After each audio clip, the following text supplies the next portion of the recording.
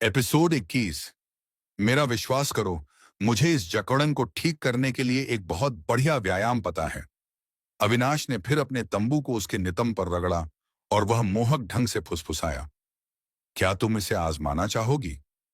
मैं तुम्हें एक मौका दूंगा, अवनी ने लाल चेहरे के साथ उत्तर दिया। वह उसके सामने बहुत कमजोर थी। हालांकि उसने इसे खत्म करने का फैसला किया था, लेकिन उसकी कुछ फुसफुसाहटों और चिढ़ाने के साथ से पाया था। उसने फिर से हार मान ली। वह समझ नहीं पा रही थी कि वह इस तरह कैसे समाप्त हो गई। मैं वादा करता हूं कि यह इसके लायक होगा। अविनाश मुस्कुराया और फिर उसने अपनी पैंट नीचे की और उसका बड़ा लिंग दिखाई दिया। फिर उसने अपने लिंग का इस्तेमाल करके विस्काउंट की मजबूत गांस पैड ओपन गांव पर कुछ बार थप्पड़ मारे और फिर उसने उसकी पहले से गीली पैंट उतारी और उसके प्रवेश द्वार पर अपना लिंग रगड़ना शुरू कर दिया। अनह अवनी के लिए यह पहले से ही बहुत ज्यादा था और उसके मुंह से कराह निकल गई। आनन्हन उसके प्रेम रस से पूरी तरह भीगते हुए उसने बिना किसी चेतावनी के उसे उसके अंदर घुसा दिया, जिससे वह खुशी से कराह उठी। पिछले 10 मिनट से उसे जो भी छेड़खानी झेलनी पड़ रही थी, उसके बाद उसका शरीर, खास तौर पर उसकी यौन, पहले से ही स्पर्श के प्रति बहुत संवेदनशील थी। इसलिए जैसे ही उसने अपना लिंग उसके अंदर घुसाया, विस्काउंट का पूरा शरीर आनंद में कांप उठा और उसकी भुजाएं कमजोर हो गईं। चूंकि वह अभी भी अपने चारों पैरों पर थी और उसकी भुजाएं इस तरह कमजोर हो रही थीं, वह गिरने ही वाली थी। लेकिन जल्द ही एक जोड़ी हाथों ने धीरे से उसकी कमर पकड़ ली और फिर वो सेवी पायरी और उसे पीछे से सहारा दिया।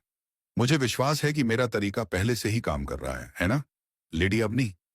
फिर उसने पीछे से एक धीमी आवाज सुनी। आवाज इतनी सम्मोहित करने वाली थी कि वह खुद को बहाव के साथ जाने से रोक नहीं पाई और उसने जवाब में सिर हिलाया। कोई भी यह अनुमान नहीं लगा सकता था कि आधे घंटे पहले इतनी नेक और खूबसूरत दिखने वाली विस्काउंट अपने काम करने वाले दफ्तर के अंदर एक अनजान आदमी द्वारा पेली जा रही होगी। दूसरी ओर अविनाश भी महसूस कर सकता था कि उसके अंदरूनी अंग उसके लिंग में समाहित होने और उसमें विलीन होने की कोशिश कर रहे थे। अपने लिंग के चारों ओर अपने अंदर की नरम नरम हरकतों को महसूस करते हुए उसने अपनी आंखें बंद कर लीं और अंदर ही अंदर कराह उठा। वह हर बार उसके पोम पोम के पास के क्षेत्र को रगड़ने पर उसके शरीर में ऐंठन महसूस कर सकता था। उसके पोम पोम संवेदनशील हैं। उसने उसके पोम को धीरे से हिलाने से पहले मुस्कुराया और जैसे कि उसके विचारों की पुष्टि कर रहा हो, उसकी नलिक संकरी हो गई। उसके लिंग को और भी जोर से जकड़ लिया और विस्काउंट जोर से कराह उठा। अन्नह अविनाश को जो आनंद महसूस हुआ वह तुरंत बढ़ गया। उसने अपना सिर उसके दाहिने कंधे की ओर बढ़ाया और उसने धीरे से उसके सिर के पिछले हिस्से को चूमा और फिर फुसफुसाया, मैं अब चलना शुरू करूंगा। उसके गर्भ से तीव्र चूषण के तहत उसने अपने लिंग को धीरे से प्रवेश द्वार तक वापस खींचा और फिर एक झटके में उसे वापस घुसा दिया। अन्नह उसके हाथ उसके पोम पोम से खेल रहे थे। कभी कभी उसके लटकते हुए निप्प को भी हिला रहे थे, जबकि वह उसके सिर के पिछले हिस्से और उसके गाल को धीरे से चूम रहा था और अपने विशाल लिंग को उसके अंदर घुसा रहा था। आंग उसके शरीर के अलग अलग हिस्सों पर उसके अलग अलग तरीकों ने विस्काउंट के शरीर में आनंद के अनगिनत झटके भेजे, जिससे वह और भी कमजोर हो गया। वह बहुत पहले से ही आनंद के लिए समर्पित थी। उसका पूरा शरीर अविनाश को सौंप दिया गया था ताकि वह उसके साथ जो चाहे कर सके। बेशक उसने निराश नहीं किया। अपनी बाहों से उसके शरीर को सहारा देते हुए उसने अपना लिंग उसके अंदर डालना जारी रखा, जिससे वह खुशी से कराह उठी और उसने और मांगना शुरू कर दिया। आंग आंग आंग आंग मत रुको। जो आंग तुम कर रहे हो, आंग जारी रखो। आंग आंग यह बहुत अच्छा लग रहा है। दोपहर हो चुकी थी। सूरज जोर से चमक रहा था। उनके शरीर पहले से ही पसीने से भीगे हुए थे।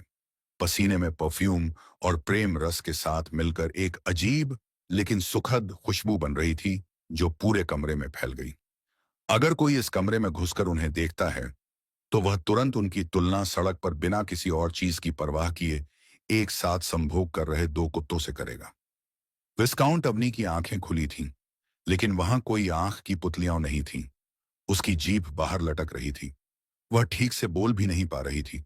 ठीक ही लेकिन वह अभी भी कराह रही थी और अपनी पूरी भाषा में और मांग रही थी। ऐसा लग रहा था कि वह पहले ही अपना होश खो चुकी थी। अविनाश भी इससे बेहतर नहीं था। वह अपने विशाल रॉड को, जो उसके प्रेम रस से सराबोर था, बार बार उसके अंदर घुसाता रहा। उसका एक हाथ उसके पोम पोम को पकड़कर दबा रहा था, जबकि दूसरा दूसरे पोम पोम के निप्पा को दबा रहा था। उसका सुंदर चेहरा उसकी पीठ के ऊपरी हिस्से पर टिका हुआ था, जो कभी कभी उसकी पीठ और गर्दन को चूमता था। फिर वह अपने होंठों को काटता था। ऐसा लगता था कि वह खुद को कराहने से रोकने की कोशिश कर रहा था। सरी न लेकिन यह नोटिस करने में असमर्थ था कि उसके द्वारा की गई घुरघुराहटें उसकी कराहों से भी बदतर थीं। आंग में कमिंग आंग अब और आनंद नहीं ले पाने के कारण अवनी की चूह में प्रेम रस की एक बड़ी मात्रा आ गई। उसकी छोटी बहन से दूध बाहर आ गया। अविनाश के पहले से भीगे हुए रॉड पर सारा दूध छिड़क दिया, जैसे कि आखिरकार उसे अपना लक्ष्य मिल गया हो। अविनाश की आंखें चौड़ी हो गईं और फिर उसने आखिरकार उसे छोड़ दिया और वह बड़बड़ाया, ऊ गघे अवनी, मैं बहुत जल्दी झड़ रहा हूं। लेडी अवनी से अवनी तक, लेकिन किसी ने ध्यान नहीं दिया। उसके शरीर से ताजा दूध फूट पड़ा। उसका शरीर इतने लंबे समय तक दूध को रोके रखने के बाद उसे छोड़ने की खुशी में कांप रहा था। उसके शरीर में अजीब सी ऊर्जा प्रवेश कर गई, लेकिन वह पहले से ही बहुत थक चुका था और अवनी के बगल में गिर गया। दोनों काफी देर तक ऐसे ही रहे। उनके शरीर खुशी से झूम रहे थे, क्योंकि वे बिना कुछ कहे अपने ऑर्गास्म के बाद के स्वाद का आनंद ले रहे थे। हाँ, मुझे लगता है, हाँ, इसने तुम्हारी सारी जकड़न ठीक कर दी, है ना, लेडी अवनी? हाँ हाँ। आकड़न, हाँ हाँ, मेरे पूरे शरीर में फैल गई है, हाँ हाँ। लेकिन हाँ हाँ, लेकिन चूंकि यह बहुत अच्छा लगा, हाँ हाँ, मैं तुम्हें माफ कर दूंगा, हाँ हाँ। बहुत बहुत धन्यवाद। एपिसोड 22, गहन सत्र और उसके बाद कुछ मिनट के आराम के बाद अविनाश और अवनी आखिरकार जाग गए और अपने होश में आ गए। अवनी ने जल्दी से अपने कपड़े पहने और बाथरूम की ओर भागी, जबकि अविनाश ने नौकरानी को बुलाया और उसे सब कुछ साफ करने के लिए कहा। हालांकि इस बार नौकरानी पहले की तरह भावहीन नहीं थी, क्योंकि उसके चेहरे पर लाली थी, जिसे वह छिपाने की बहुत कोशिश कर रही थी, लेकिन ऐसा नहीं कर पा रही थी। अविनाश ने उसे इस तरह से अभिनय करते हुए देखा तो वह मुस्कुराया। यह छोटी सी लड़की उन पर झांक रही थी जब उसने विस्काउंट अवनी को इस तरह से कराहते हुए सुना। अविनाश ने इसे देखा लेकिन कुछ नहीं कहा, क्योंकि यह सिस्टम द्वारा उसे दिए गए अगले मिशन के लिए आवश्यक था। मिशन: नव्या को पेलना। इनाम 10 सिस्टम पॉइंट। चेतावनी: यदि मिशन विफल हो जाता है तो क्षमता क्रेविंग टच अक्षम हो जाएगी। समय सीमा 15 दिन। मिशन: लूना को पेलना। इनाम 10 सिस्टम पॉइंट। चेतावनी: यदि मिशन विफल हो जाता है तो क्षमता क्रेविंग टच अक्षम हो जाएगी। समय सीमा 15 दिन। उसे ये 2 मिशन तब मिले जब उसने सुबह इन 2 नौकरानियों को देखा। ऐसा नहीं था कि उसे सिस्टम से कोई मिशन देने की जरूरत थी, क्योंकि जब उसने उनके साधना स्तर की खोज की थी तब वे पहले से ही उसके लक्ष्य थे। उसे नहीं पता था कि सिस्टम पॉइंट क्या थे, लेकिन उसने कंधे उचका दिए, यह सोचकर कि जो कुछ तुम पहले से ही करने जा रहे हो उसके लिए अतिरिक्त पुरस्कार पाने में कोई बुराई नहीं है। नव्या शर्मिंदगी में जल्दी से ऑफिस साफ करने के बाद चली गई। अविनाश भी दूसरे बाथरूम में गया, साफ सफाई की और अवनी से पहले वापस आ गया। अवनी फिर वापस आई। ईशान के आने से पहले दोनों ने जल्दी से लंच किया। ईशान, जो अभी अभी ऑफिस में आया था, उसने अजीब सी खुशबू को सूंघा। इससे पहले उसने विस्काउंट की तरफ देखा और फिर अविनाश की तरफ देखा। अवनी थोड़ा शर्मा गया, जबकि अविनाश ने उसकी निगाहों को पूरी तरह से नजरअंदाज कर दिया। अपना सिर हिलाते हुए ईशान ने खुद को काम पर ध्यान केंद्रित करने के लिए मजबूर किया। काम खत्म होने के बाद विस्काउंट अवनी अपने कमरे की ओर चली गई, जबकि अविनाश उसके पीछे पीछे चल रहा था। अचानक अवनी ने बिना रुके सवाल किया, क्या तुमने आज कुछ सीखा? मैंने किया। मैंने सीखा कि आपके निप आपके शरीर का सबसे संवेदनशील हिस्सा है, जो आपकी गुफा के बाद दूसरे नंबर पर आता है। साथ ही मैंने देखा कि धीरे धीरे अपने लिंग को पीछे खींचकर एक बार में आपकी गुफा में गहराई तक घुसाने से आपको सबसे ज्यादा उत्तेजना मिलती है। अवनी रुक गई और उसने अविनाश को घूरते हुए अपना चेहरा पूरी तरह से लाल कर लिया। चाहे आप कितनी भी घूरें, अगर आप इस तरह से शर्मा रही हैं तो आपका चेहरा डरावना नहीं लगेगा, आप और भी ज्यादा प्यारी लगेंगी। अविनाश ने तारीफ की। जब वह इस तरह की चीजों के बारे में बात कर रहा था तो उसे पता था कि वह कितना जोखिम उठा रहा है। लेकिन जैसा कि उसने पहले सोचा था, जोखिम इनाम अनुपात उसके लिए अनुकूल है। तुम तुम वाकई बहुत असभ्य हो। तुम ऐसे बात करते हो जैसे तुम्हें यह पसंद नहीं है। मुझे यह पसंद नहीं है। जब तुम इतनी जोर से शर्मा रही हो तो तुम बहुत ज्यादा आश्वस्त नहीं हो रही हो, मेरी खूबसूरत अवनी। अविनाश ने मुस्कुराते हुए जवाब दिया। तुमने मुझे क्या कहा? अचानक अवनी की नजरें सिकुड़ गईं और उसके चेहरे पर जो भी लाली थी वह गायब हो गई। मेरी खूबसूरत अवनी? तुम मुझे ऐसा नहीं कह सकते। मेरी एक छवि है। एक नौकर मुझे मेरे दोस्तों की तरह नहीं बुला सकता, वरना मेरी अथॉरिटी पर असर पड़ेगा। उसने गंभीर लहजे में सुधार किया। अविनाश ने जल्दी से सिर झुकाया और औपचारिक लहजे में जवाब दिया। विस्कॉन्ट अवनी, तुम्हें इस तरह बुलाना मेरी बहुत बड़ी गुस्ताखी और दुस्साहस था। मैं अपनी गलती के लिए माफी मांगता हूं और कसम खाता हूं कि भविष्य में ऐसा दोबारा नहीं होगा। उसने उसे अब लेडी अवनी भी नहीं कहा और सीधे उसे दूसरे नौकरों की तरह संबोधित किया। उसे इस तरह से व्यवहार करते देख अवनी ने भौहें सिकोड़ी और उसके दिल में एक अजीब सी सनसनी महसूस हुई। ऐसा लगा जैसे उसने कुछ खो दिया है जो उसे नहीं मिलना चाहिए था। तुम्हें इस तरह झुककर औपचारिक व्यवहार करने की जरूरत नहीं है, बिना सिर उठाए अविनाश ने जवाब दिया। विस्काउंट अवनी, मेरा मानना है कि एक नौकर के तौर पर मैं जिस जिस तरह से तुम्हें संबोधित कर रहा था और तुमसे बात कर रहा था, उससे मैं वाकई कुछ ज्यादा ही आगे बढ़ गया था। इसलिए मैंने खुद को बदलने और तुमसे इस तरह बात करने का फैसला किया, ताकि मैं एक बेहतर नौकर बन सकूं और ऐसा व्यक्ति बन सकूं जो तुम्हारी छवि को प्रभावित न करे। मैंने कहा था कि अपना सिर मत झुकाओ। जैसा तुम कहो, विस्काउंट अवनी। उसने अपना सिर उठाया और गंभीर चेहरे से उसकी ओर देखा। उसके सुंदर चेहरे पर पहले की चंचलता के कोई लक्षण नहीं दिख रहे थे। बस एक विनम्र भाव था जो कह रहा था, तुम जो भी कहोगी मैं करूंगा। अवनी का दिल दुख गया जब उसने उसका चेहरा देखा, लेकिन यह तब से बेहतर था जब वह झुक रहा था। उसका मानना था कि उसे इसे कदम दर कदम आगे बढ़ाना चाहिए। अच्छा, अच्छा, अब औपचारिकता निभाना बंद करो। विस्काउंट अवनी, मुझे अज्ञानी होने के लिए माफ करें, लेकिन मुझे समझ में नहीं आ रहा है कि औपचारिकता निभाए बिना मैं नौकर की तरह कैसे पेश आऊं। उफ, जैसा तुम पहले पेश आते थे वैसा ही पेश आओ।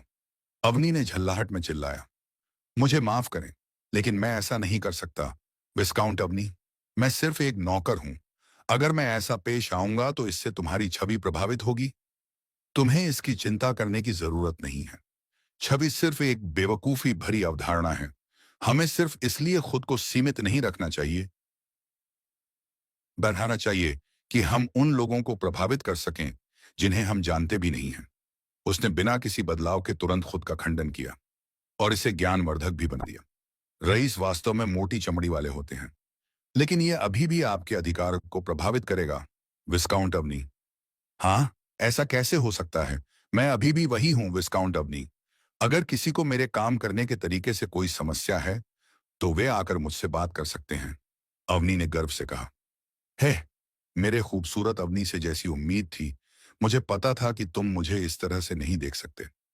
अविनाश की गंभीर अभिव्यक्ति एक पल में ही टूट गई और वह चंचलता से मुस्कुराया। तुम तुम अभिनय कर रहे थे। हाँ, बेशक मैं कर रहा था। तुम मुझे क्या समझते हो? मैं अपना चरित्र इतनी जल्दी कैसे बदल सकता हूं? यह तुम, हम, अवाक। अवनी ने नाक सिकोड़ी और पीछे मुड़ गया। ओह चलो, नाराज मत हो। यह कैसा रहेगा? तुम खुश हो जाओ और मैं तुम्हें चूम लूंगा। अवनी ने उसे हवा की तरह संभालते हुए चलना जारी रखा। होंठों पर, अविनाश ने आगे कहा। अचानक वह रुकी और जवाब दिया। इसे एक और रात के सत्र के साथ जोड़ो और हम बात करेंगे। एपिसोड 23। अगले 5 दिनों तक अविनाश ने अपना ज्यादातर समय अवनी के साथ बिताया। उन्होंने सुबह की शुरुआत एक खूबसूरत स्नान सत्र से की। दोपहर के भोजन के ब्रेक में उन्होंने ऑफिस सेक्स किया और रात में उन्होंने बेडरूम सेक्स किया। नौकरानियों के साथ अपने मिशन के लिए इशेतेई साइड झाई नानन। अविनाश ने इसे अभी के लिए स्थगित करने का फैसला किया क्योंकि उसका ध्यान अवनी पर था। क्यों? यह क्रेविंग टच की वजह से था। नहीं, वह इसका प्रभाव नहीं बढ़ाना चाहता था। अब भी सामने रहा था। यह बिल्कुल विपरीत था।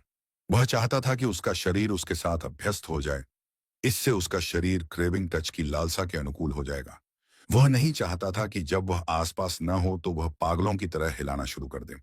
वह एक परिष्कृत और सुंदर महिला थी, कोई कामुक वेश्या नहीं। नहीं, इसका मतलब यह नहीं था कि लालसा खत्म हो जाएगी। अगर उसे अनदेखा किया गया तो यह सामान्य से 2 गुना ज्यादा प्रभाव के साथ वापस आ जाएगी, जिससे वह कुछ भी करने में असमर्थ हो जाएगी। बेशक अविनाश चाहे जो भी हो, ऐसा होने देगा। यह एकमात्र कारण नहीं था। दूसरा कारण यह था कि वह अपनी कड़ी मेहनत के माध्यम से अपने आंकड़ों को बढ़ाना चाहता था, भले ही यह थोड़ी सी ही वृद्धि हो। वह जानता था कि एक बार नौकरानियों के साथ सेक्स करने के बाद वह बहुत तेजी से स्तरों पर आगे बढ़ेगा, जिससे उसके लिए कुछ आंकड़े हासिल करना थोड़ा मुश्किल हो जाएगा। बेशक इसका मतलब यह नहीं था कि अवनी के साथ सेक्स करने से कोई फायदा नहीं था। वह उसके और भी करीब आ गया और साथ ही वह लेवल 3 तक पहुंच गया। उसने जो व्यायाम किया उससे उसे कुछ आंकड़े भी मिले। उसने यह भी देखा कि व्यायाम उसके मौजूदा शरीर के लिए बहुत सरल हो गया था, इसलिए उसने तीव्रता बढ़ा दी। 100 पुशअप, 100 सिटअप, 100 स्क्वाट्स, 10 किलोमीटर दौड़, 300 पुशअप, 300 सिटअप, 300 स्क्वाट्स, 30 किलोमीटर दौड़।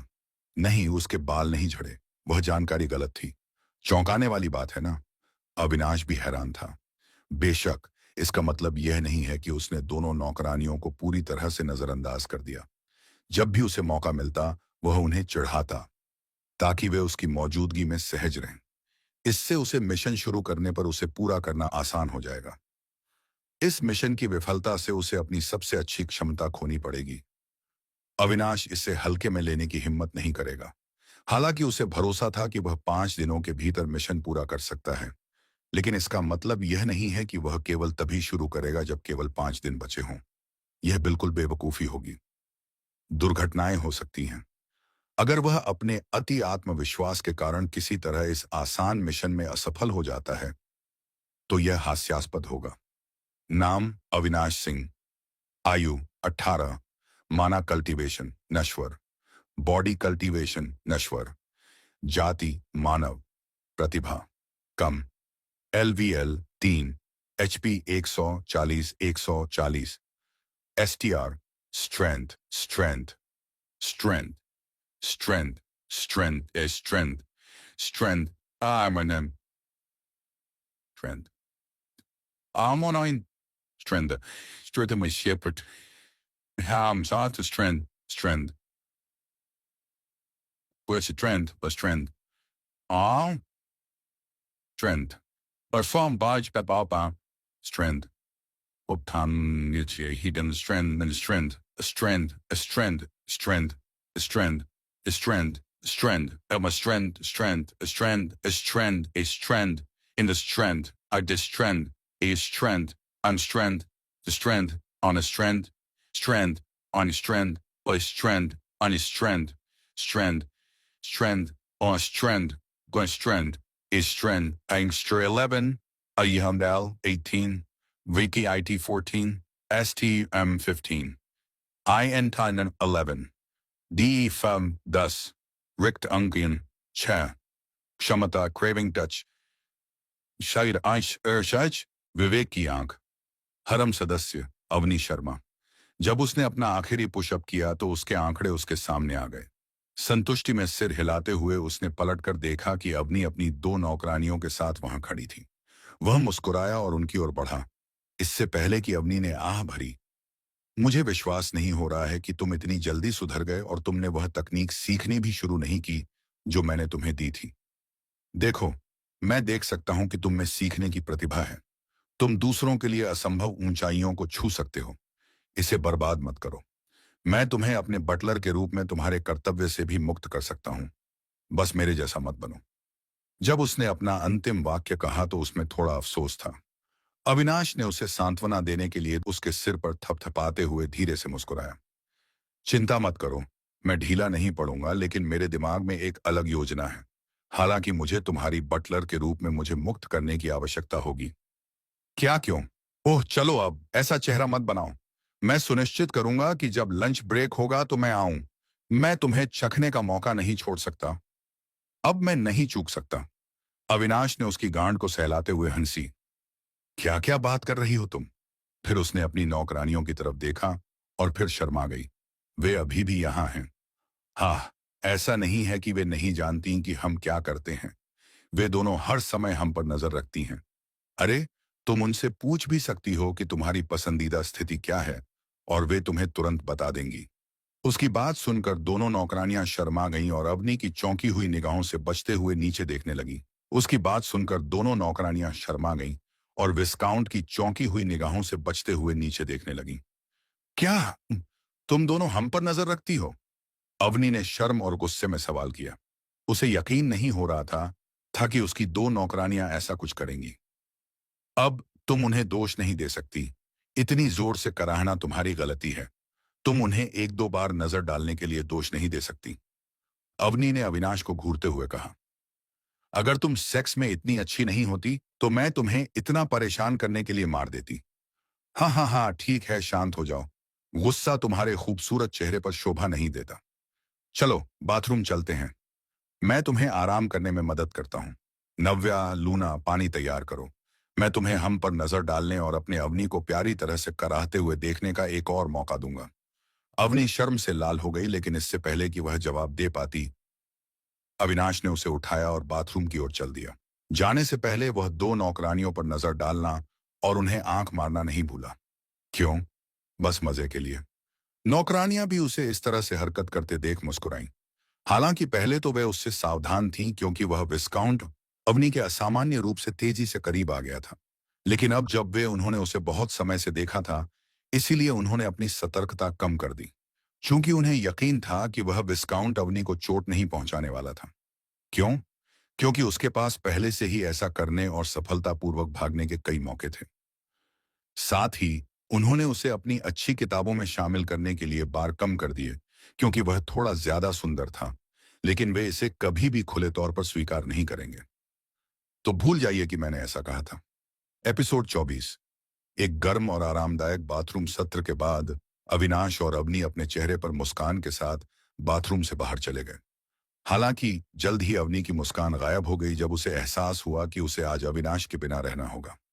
ओह चलो, ऐसा चेहरा मत बनाओ मेरे प्यारे विस्काउंट। मैं तुमसे वादा करता हूं कि मैं लंच ब्रेक के समय आऊंगा। क्या तुम्हें मुझ पर भरोसा नहीं है? तुम वादा करते हो? क्या तुम सच में सोचते हो कि मैं तुम्हारे जैसी खूबसूरत महिला के साथ समय बिताने का मौका छोड़ दूंगा? मुझे यकीन है कि कोई भी आदमी ऐसा करने को तैयार नहीं है। अगर है तो वह समलैंगिक है। ठीक है, तो याद रखना, अगर तुम समय पर नहीं आए तो मैं तुम्हें समलैंगिक घोषित कर दूंगा। अविनाश ने चुप रहने के अपने अधिकार का इस्तेमाल किया। हाँ हाँ हाँ। अवनी हंसी और अपने कार्यालय की ओर चल पड़ी। उसकी चलती हुई आकृति को देखकर उसकी गांव दाएं बाएं हिलती हुई। अविनाश ने अपना सिर हिलाया। उसे अभी भी यकीन नहीं हो रहा था कि वह वास्तव में ऐसी सुंदरी के साथ सेक्स करने में कामयाब रहा, और वह एक विस्काउंट भी है। दूसरी तरफ बाथरूम में नव्या विस्काउंट अवनी के कपड़े धो रही थी। तभी उसकी नजर अवनी की पैंटी पर पड़ी। उसे उठाने से पहले वह शर्मा गई। उसने चुपके से इधर उधर देखा, फिर उसे अपनी नाक पर रखा और गहरी सांस ली। फिर वह और भी शर्मा गई और बुदबुदाई। ऊ, उसकी पैंट फिर से गीली हो गई है। फिर अविनाश द्वारा पेली जा रही अवनी का अहंकारी चेहरा उसके दिमाग में आया और वह फिर से शर्मा गई। आह, आह, आह, यह बहुत अभद्र है, लेकिन उसके चेहरे के भावों से लगता है कि सेक्स वाकई बहुत अच्छा लगता है। मुझे आश्चर्य है कि क्या यह सच है। हम बेशक, यह सच है। अचानक उसे अपने पीछे एक जानी पहचानी आवाज सुनाई दी और वह घबरा गई। वह जल्दी से पलटी और देखा कि उसके पीछे एक 1.75 मीटर लंबा आदमी खड़ा था, जिसका चेहरा शैतानी रूप से सुंदर था। सवाल करते समय उसके चेहरे पर एक चिढ़ाने वाली मुस्कान थी। छोटी नव्या, तुम विस्काउंट अवनी की पैंट के साथ क्या कर रही हो? कुछ नहीं। और तुमने मुझे छोटी नव्या कहने की हिम्मत कैसे की? मैं तुमसे बड़ी हूं। मुझे तुम्हें छोटी अविनाश कहना चाहिए। नव्या ने पलटकर जवाब दिया और अपनी पैंट को अपनी पीठ के पीछे छिपाने की बेकार कोशिश की। नव्या एक खूबसूरत गोरी चमड़ी वाली महिला थी। वह 1.68 मीटर लंबी थी। उसके छोटे भूरे बाल बड़ी हरी रंग की आंखें, प्यारी छोटी नाक और लाल होंठ थे। उसके स्तेयम वास्तव में बड़े नहीं थे, लेकिन वे छोटे भी नहीं थे। वे वैसे ही थे जैसे वे कहते हैं।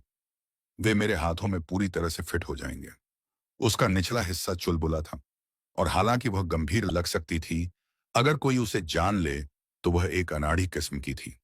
हालांकि वह अवनी जितनी सुंदर नहीं थी, लेकिन उसने क्लासिक फ्रेंच नौकरानी पोशाक पहनी हुई थी, जिससे उसका आकर्षण दूसरे स्तर पर बढ़ गया। तुम मुझे जो भी कहना चाहो कह सकती हो, लेकिन पहले मुझे बताओ, तुम अवनी की पैंट के साथ क्या कर रही थी? अविनाश ने जवाब दिया और उसकी ओर बढ़ा। तुम किस पैंट की बात कर रही हो? मुझे कुछ नहीं पता। अविनाश ने हंसते हुए उसका चेहरा उठाया और अपना चेहरा खतरनाक तरीके से उसके चेहरे के करीब लाया। तो तुम मुझसे क्या छिपा रही हो? उसने मोहक ढंग से फुसफुसाया। उसके होंठ वास्तव में उसके होंठों के बहुत करीब थे। नव्या ने महसूस किया कि उसका दिल तेजी से धड़क रहा है। हालांकि वह 25 साल की थी, उसने पहले कभी किसी पुरुष से बातचीत नहीं की थी। अविनाश जैसे आकर्षक व्यक्ति से तो बिल्कुल भी नहीं। उसे अपने इतने करीब खड़ा देखकर उसकी ठुड्डी को इस तरह पकड़े हुए उसका कुंवारी दिल कैसे बेकाबू होकर धड़क सकता था। हालांकि वह जल्दी से अपने होश में आ गई और अंदर ही अंदर रोने लगी। यह आदमी बहुत खतरनाक है। उसने मुझे लगभग बेवकूफ बना दिया। मुझे उसे पैंट नहीं दिखानी चाहिए।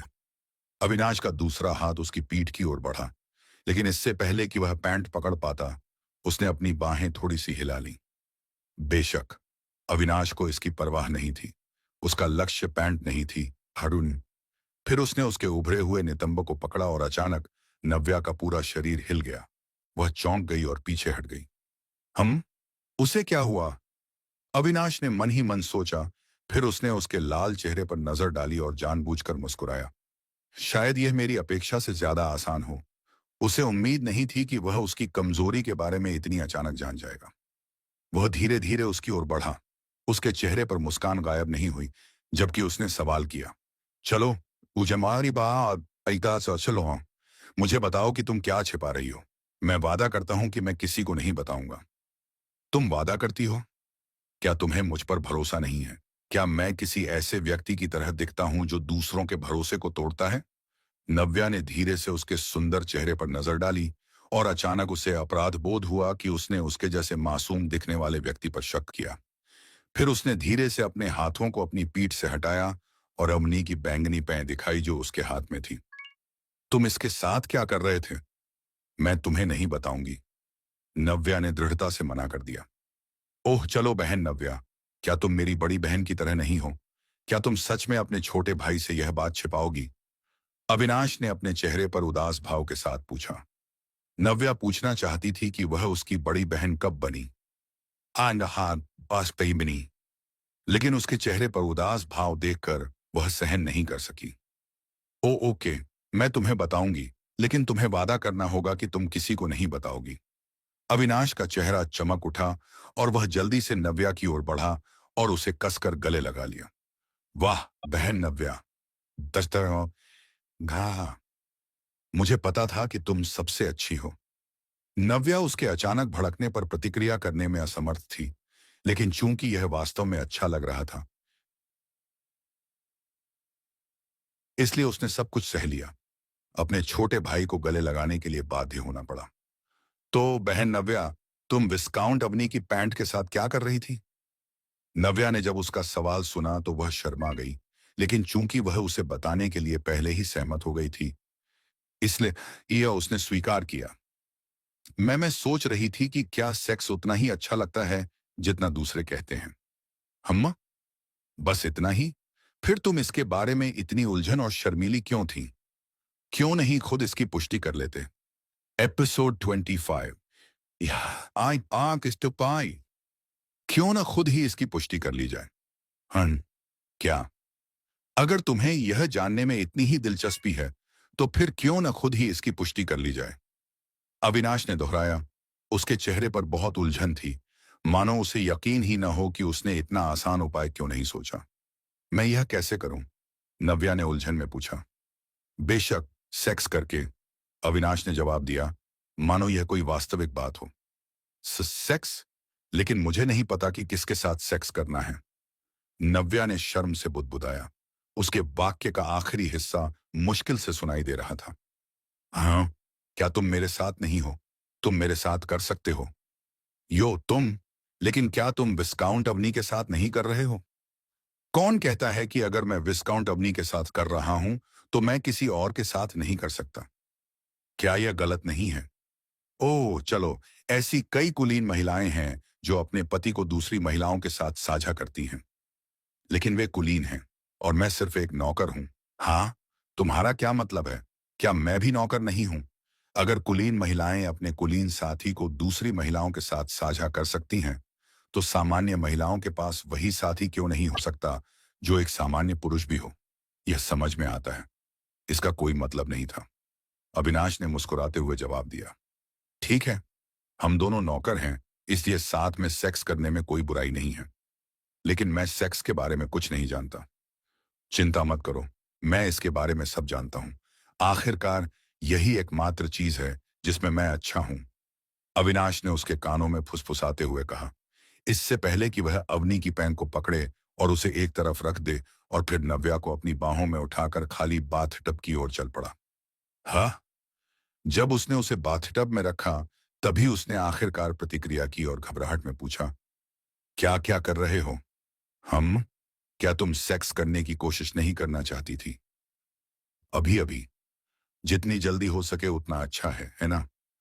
लेकिन मैं अभी तैयार नहीं हूं। तुम्हें कुछ भी करने की जरूरत नहीं है। बस अपने शरीर पर मेरा भरोसा करो। फिर वह धीरे से मुस्कुराया और एक राक्षस की तरह फुसफुसाया, जो किसी व्यक्ति को उसके साथ अनुबंध करने के लिए लुभाता है। तुम्हें मुझ पर भरोसा है ना? नव्या को लगा कि जैसे जैसे वह उसके करीब आता गया, उसका दिल तेजी से धड़क रहा था। वह बहुत शर्मा गई और फिर उसने एक नरम मम्म के साथ सिर हिलाया। अविनाश मुस्कुराया और उसके माथे पर एक नरम चुंबन देने से पहले आगे बढ़ा। तुम ऐसे तनावग्रस्त शरीर के साथ ऐसा नहीं कर सकती। मैं तुम्हें शांत करने में मदद करूंगा। बस अपनी आंखें बंद करो, उसने निर्देश दिया। नव्या के अंदर कुछ ऐसा था जो उसे वही करने के लिए कह रहा था जो उसने कहा था, और उसने अपनी आंखें बंद कर लीं। इसके साथ ही उसकी अन्य इंद्रियां बढ़ गईं। वह अविनाश की हर हरकत को महसूस कर सकती थी, भले ही उसकी आंखें बंद थीं। फिर अविनाश के होंठ नीचे चले गए, इससे पहले कि वह उसकी आंखों पर वही कोमल चुंबन लगाए। फिर उसकी छोटी नाक की ओर बढ़ा। वह उसके मुंह के जितना करीब आता, उसका दिल उतनी ही तेजी से धड़कने लगता। उसका शरीर डर और उम्मीद से कांप रहा था। और जल्द ही उसने महसूस किया कि उसके होंठों पर दो नरम होंठ थे। उसका शरीर कांप उठा। उसे यहां तक लगा कि उसका दिल उसी पल फट जाएगा। उनके होंठ अलग हो गए और उसके दिल में खोने का एक अजीब सा एहसास उमड़ आया। फिर उसने उसके नरम होंठों को अपनी ठुड्डी पर, फिर अपनी गर्दन पर और फिर नीचे की ओर महसूस किया। नव्या प्रत्याशा में प्रतीक्षा कर रही थी। वह अपनी आंखें खोलना चाहती थी, लेकिन उसका शरीर उसकी आज्ञा नहीं सुन रहा था। अचानक उसने महसूस किया कि उसके पोम पोम को ढंकने वाले कपड़े हटा दिए गए हैं और ताजी ठंडी हवा उसके नंगे स्तुगुरु को सहला रही है। तुम्हारे पोम पोम सुंदर हैं, नव्या। फिर उसने एक कोमल आवाज सुनी।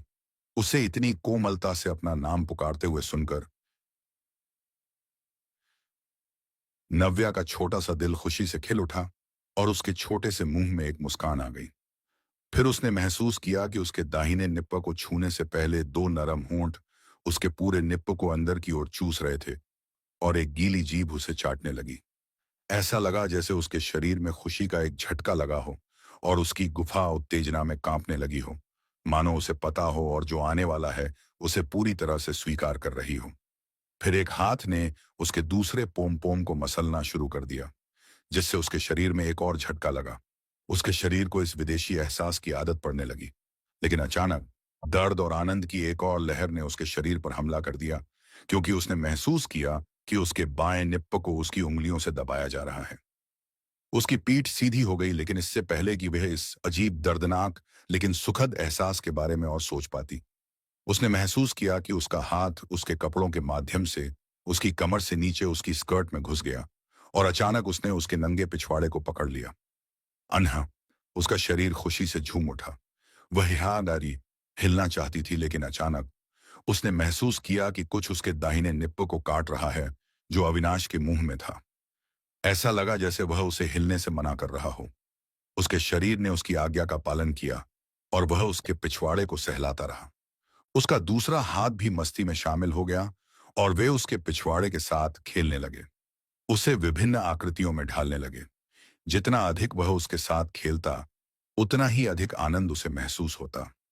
अनह उसने महसूस किया कि उसकी गुफा खुशी में कांप रही थी, क्योंकि उसमें से लगातार उसका प्रेम रस निकल रहा था। उसे विश्वास नहीं हो रहा था कि उसकी गुफा उसके छूने से पहले ही इतनी गीली हो चुकी थी। जैसे कि उसके विचार सुनकर उसका दाहिना हाथ उसके प्रवेश द्वार के सामने पहुंचने से पहले ही हिलने लगा और सीधे अपनी मध्यमा उंगली उसके अंदर डाल दी। अनह अनह वह खुशी में कराह उठी, लेकिन इससे पहले कि वह इसकी आदत डाल पाती, एक और उंगली उसकी नलिका में घुस गई और दोनों उंगलियों ने उसकी आंतरिक दीवारों को सहलाना शुरू कर दिया, जिससे वह परमानंद में कराह उठी और उसकी गुफा को उनका स्वागत करने के लिए रस छोड़ने के लिए मजबूर होना पड़ा।